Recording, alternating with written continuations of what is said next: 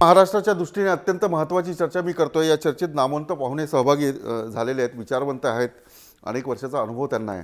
मी पुन्हा दिलीप देवधर यांच्याकडे जाणार आहे। देवधर साहेब, तुम्ही श्रीमंत कोकाटे, कुमार सप्तर्षी, अतुल लोंढे यांची मतं ऐकली आहे। अनेकांना असं वाटतंय की संघ हा वर्णव्यवस्था जोपासणारा किंवा वर्णव्यवस्था मानणारा एक संघटना आहे। असं असताना दुसरीकडे ज्यांनी वर्णव्यवस्थेच्या विरोधात लढा दिला, धर्मांतर केलं, अशा व्यक्तीला तुम्ही जवळ करतात, याच्यातून अर्थ काय काढायचा? पहिले महत्त्वाचा मुद्दा हा की दिलीप देवधरच्या नावावर संघ जातीवादी जे फ्लॅश येतोय तो माझ्यावर आणि संघावर अन्याय करणार आहे। तर संघ हिंदू समाजामध्ये भेद न मारणारी एक संस्था आहे। मला संघाच्या हिंदू व्याख्येत आणि ज्ञानसूर्य आंबेडकरांच्या हिंदू व्याख्येतला पहिले आपल्या पुढे भेद मांडू द्या। इंडियन कॉन्स्टिट्यूशन मध्ये किंवा हिंदू कोड बिल मध्ये डॉक्टर बाबासाहेब आंबेडकरांनी हिंदूंची डेफिनेशन केली आहे। हिंदू कोण? जो शीख आहे, जो जैन आहे, जो बुद्ध आहे, जो लिंगायत आहे आणि जे विविध भारतामध्ये जे जन्माला आलेले धर्म आहे, या सर्वांच्या गटाला ज्ञानसूर्य आंबेडकरांनी हिंदू कोडबिल मध्ये हिंदू हा शब्द वापरलाय। हिंदू कोडबिल नंतर नेहरूंनी वापस घेतलं, पण जे तुकड्यातून पास झालं तर बाबासाहेब आंबेडकरांच्या हिंदू व्याख्येमध्ये बुद्ध, जैन, लिंगायत येतो, याची आपण ज्ञानसूर्यांवर बोलत असताना दखल घ्यावी। दुसरा मुद्दा, डॉक्टर हेडगेवारांच्या हिंदू या व्याख्येमध्ये मुसलमान, ख्रिश्चन, पारशी, ज्यू यांचा समावेश होतो, कारण की त्यांच्यासाठी हिंदू हे नेम ऑफ रिलिजन नाहीये, नेम ऑफ सिव्हिलायझेशन आहे। आता माझे मित्र कुमार सप्तर्षी गांधींना मानतात, जसं मी महात्मा गांधींना आर्यश्रेष्ठ म्हणतो, पण महात्मा गांधी, विनोबा भावे चातुर्वर्ण मानतात, पण काँग्रेस चातुर्वर्ण्यापासून दूर आहे आणि कुमार सप्तर्षी माझ्याप्रमाणे चातुर्वर्ण्यापासून दूर आहे। पण अपप्रचार करताना समाजवादाचा बेणबाजा वाजवत बँड वाजवत असताना कुमार सप्तर्षी संघाला एक चातुर्वर्णवादी जातीवादी शिवी हसण्याचा संधी सोडत नाही। मला आपल्या लक्षात आणून द्यायचंय की संघ हिंदूंमध्ये भेदाभेद मानत नाही। हे जेव्हा महात्मा गांधी आणि डॉक्टर बाबासाहेब आंबेडकर जेव्हा संघाच्या कार्यक्रमांमध्ये आले होते, तेव्हा हा स्पष्ट झालेला मुद्दा लिटरेचरमध्ये रेकॉर्डेड आहे। तर मला सांगायचा मुद्दा की संघ चातुर्वर्ण मानत नाही। वसंत व्याख्यानमालेमध्ये पुण्याला जे सरसंघ चालक देवरसांचं भाषण झालं, जे कुमार सप्तर्षीला माहिती आहे, चातुर्वर्ण मानत नाही। कुमारजी बोला, कुमारजींना बोलायचं। दिलीपजी थांबा, मी तुम्हाला थांबवतो। कुमारजी बोला। एक असा आहे की ज्यावेळेला बाबासाहेबांनी बौद्ध धर्म स्वीकारला, त्यावेळेला नागपूरला त्यांचं रेशीमबाग म्हणजे हेडक्वार्टर आहे, त्यावेळेला बाबासाहेबांच्या बौद्ध धर्माच्या याला पाठिंबा दिला होता का यांनी? हा एक पहिला माझा प्रश्न। आणि बाबासाहेबांनी मनुस्मृतीचं दहन केलं होतं। ते मनुस्मृतीचं दहन म्हणजे मनुस्मृतीमध्ये समावेश असलेले विषमतेच्या विचारांचं दहन होतं। याच्याबद्दल संघ काय म्हणतो? आता तुम्हाला हेच आहे की दलितांना आत्मा नसतो असं मानणारे, दलित मागच्या जन्मीचं पाप आहेत म्हणून दलित झालेले असं म्हणणारे लोक, देवाच्या पायापासून झालेले असे दलित, त्यांना मतदान आल्याबरोबर आंबेडकर प्रिय झाले तुम्हाला। पण ज्या वेळेला अस्पृश्यता निर्मूलनाचा सगळा एक काळ होता, महात्मा गांधी त्याच्यात पडले होते, बाबासाहेब होते त्याच्यात, त्यावेळेला तुमच्या भूमिका काय होत्या? त्या कट्टरपंथी होत्या। आणि जर बाबासाहेबांचा बौद्ध धर्म तुम्हाला मान्य आहे, हा माझा चौथा प्रश्न आहे, तर तुम्ही त्यांनी केलेली घटना रद्द करून हिंदू राष्ट्र कशासाठी करतात? हे हिंदू राष्ट्र प्रकरण काय आहे? हिंदू राष्ट्राची घटना कशी असणार आहे? ती चातुर्वर्ण प्रधानच असणार ना तुम्ही, नाही तर हिंदू राष्ट्र कसं सिद्ध करणार? कारण हिंदू हा स्थापन झालेला धर्म नाही। हे हिंदू या एरियात राहणाऱ्या लोकांना जनरल हिंदू म्हणतात। हिंदूंचा धर्म म्हणजे परमकर्तव्य, पुत्र धर्म, राजधर्म, या धर्मांना हिंदू धर्म असं बाहेरचे लोक म्हणायचे. आणि मग बौद्धांचे आणि ब्राह्मणांचे जे संघर्ष झाले, जीव घेणे संघर्ष झाले, त्याचा इतिहास आपण काय पुसून टाकायचा का? आता तुमच्या हातामध्ये इतिहासाचे ग्रंथ आहेत. मला माहित आहे की तुम्ही ते कागदपत्र गायब करताय का. हे किती दिवस चालणार का? इतिहास दुसऱ्या ठिकाणी पण रेकॉर्डेड आहे ना कुठेतरी. चला ठीक आहे. दिलीपजी, कुमार सप्तर्षी म्हणजे मला स्वतःला प्रश्न असा आहे की 1956 साली धर्मांतर झालं, म्हणजे 20 वर्ष धर्मचिकित्सा केली आंबेडकरांनी, 20 वर्षानंतर त्यांनी धर्मांतर केलं. हिंदू कोड बिल कायदा मंत्री असताना आंबेडकरांनी आणलं. त्यावेळची जी नोंदणी आहे ती तुम्हाला अधिकृत कशी वाटते?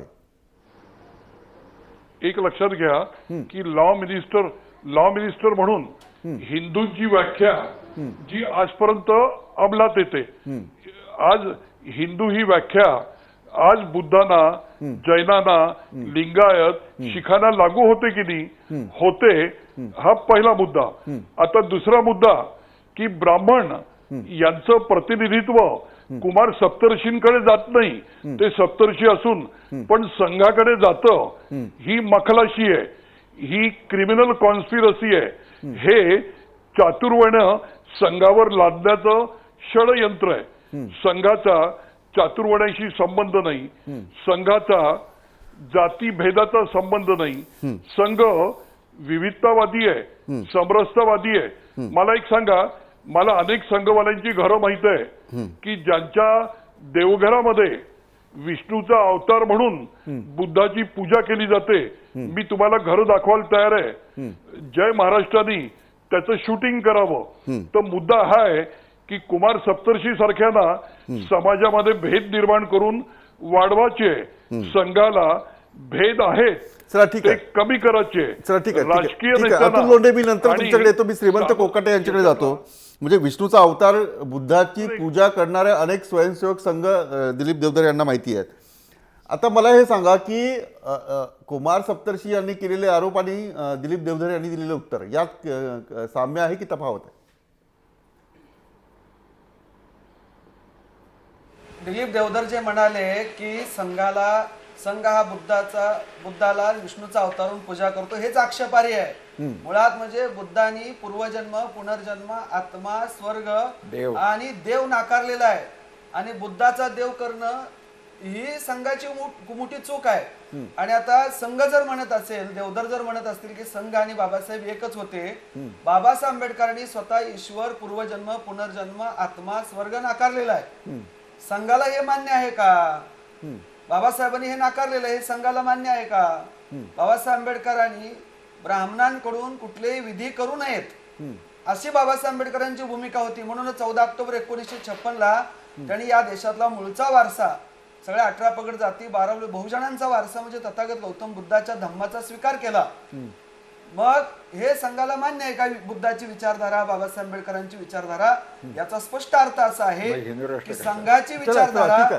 आणि कोकाटे साहेब थांबा, दिलीप देवधर उत्तर द्या. अगदी मुद्देसूद कोकाटे म्हटलेले आहेत. दिलीपजी काय वाटतं?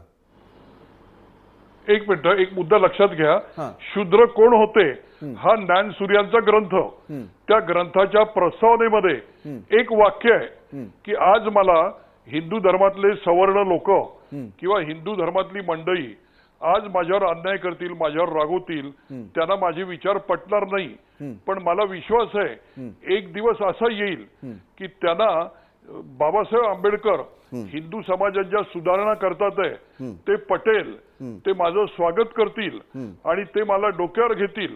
तर ज्ञानसूर्य आंबेडकरांचं द्रष्टेपण शूद्र कोण होते या ग्रंथाच्या प्रस्तावनेत लिहिलंय. तर हे वाक्य मला कुमार सप्तर्षी आणि अतुल लोंढे या मित्रांना सांगायचं आहे, हे संघ परिवारातील रिफॉर्मिस्ट हिंदूंबद्दल आहे.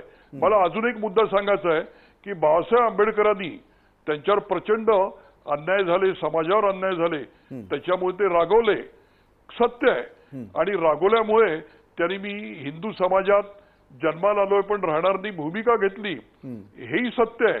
पण तुम्ही मला सांगा, ते रागवले आणि घरातून दूर गेले, तर सर्वांनी असंच रागवलेलं राहायचं का? आमच्यासारखी मंडळी घर न सोडता घरामध्ये राहून बाबासाहेब आंबेडकरांनी जे दोष दाखवून दिले आणि कुमार सप्तर्षी ज्याचा प्रचार करून हिंदूंना डिफेम करायची संधी सोडत नाही.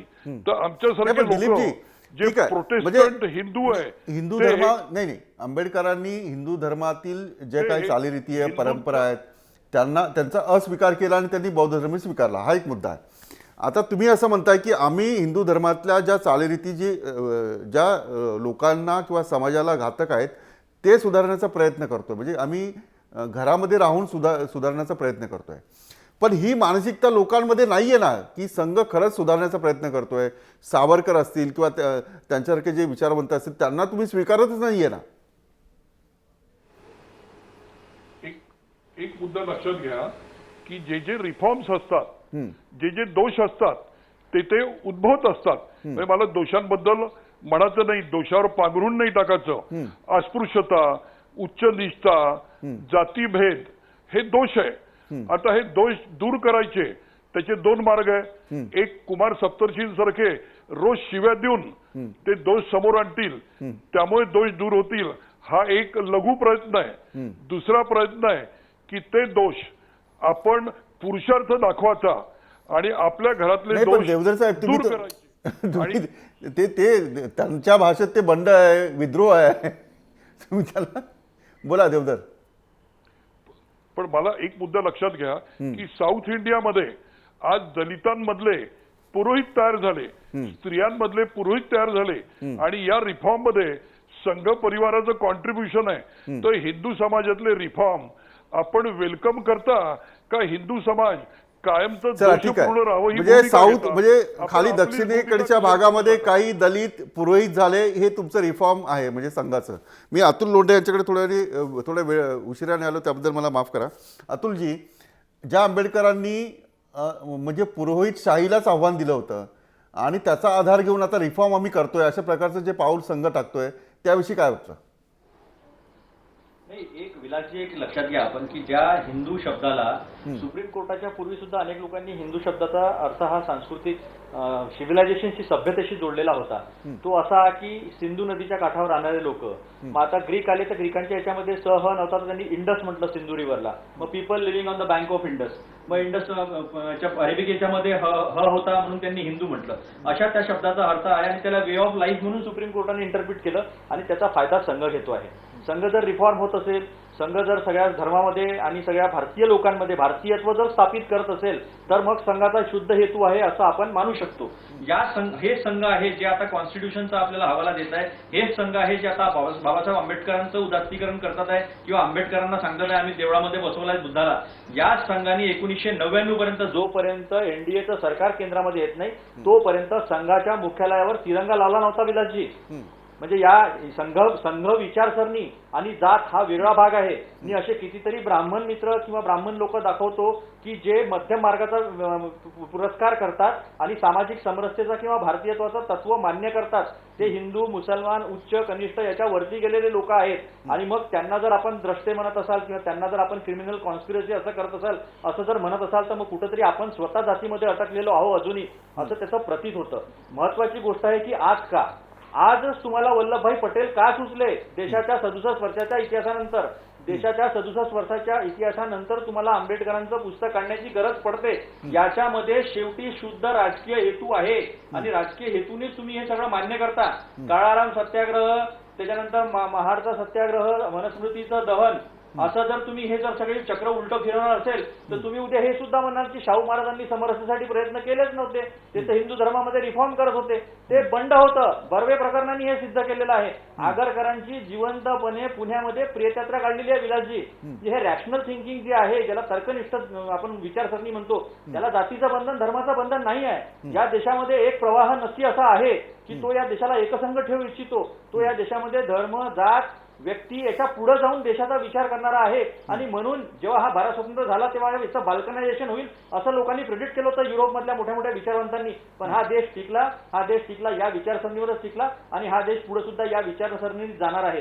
जर स्वीकार करायचा असेल तर यांना गोळवलकरांना बंच ऑफ थॉट सहित बाहेर काढावं लागेल संघ विचारसरणीच्या, आणि मग यांना म्हणावं लागेल की आम्हाला सरदार वल्लभभाई पटेल चालतात किंवा आम्हाला मालवीय चालतात. मालवी हिंदू महासभेचे होते, पण गांधी आणि आंबेडकर यांच्यामध्ये जो एरवडाचा करार झाला त्याच्यामधले सिग्नेटरी हे मालवीय सुद्धा होते, आणि त्याच्यामध्ये आंबेडकरांनी असं म्हटलं की गांधी आहेत म्हणून मी मान्य करतो, आणि गांधींनी ज्या जागा रॅमसे मॅकडोनल्ड अवॉर्डने किंवा गोलमेज परिषदेच्या माध्यमातून मिळाल्या होत्या त्याच्यापेक्षा 3 पटीनं जागा जास्त दिल्या. म्हणजे हे 2 पाऊल मागे आणि 1 पाऊल पुढे जाणे अशा पद्धतीनं जी सामाजिक समरसता प्रस्थापित झाली होती त्याच्यातनं लोकशाही बळकट झाली, आणि मग आता कुठेतरी सत्ता टिकवायची आहे, सत्ता पुढे आणायची आहे. आणि आपण दिलेली लोकशाहीमध्ये ऐकून घ्या, लोकसभेच्या पहिले जे आपण प्रॉमिसेस दिले होते शेतकऱ्यांच्या संदर्भातले इतर, ते पूर्ण होत नाहीत. म्हणून मग अशा पद्धतीने कुठेतरी समाजाची दिशाभूल करायची, कुठेतरी अशी वैचारिक घुसळण जी आहे किंवा वैचारिक मतभेद लोकांना लावून त्याच्यामध्ये गुंतवून ठेवायचं, असंच कुठेतरी या गोष्टीतून मी तरी अर्थ काढतो.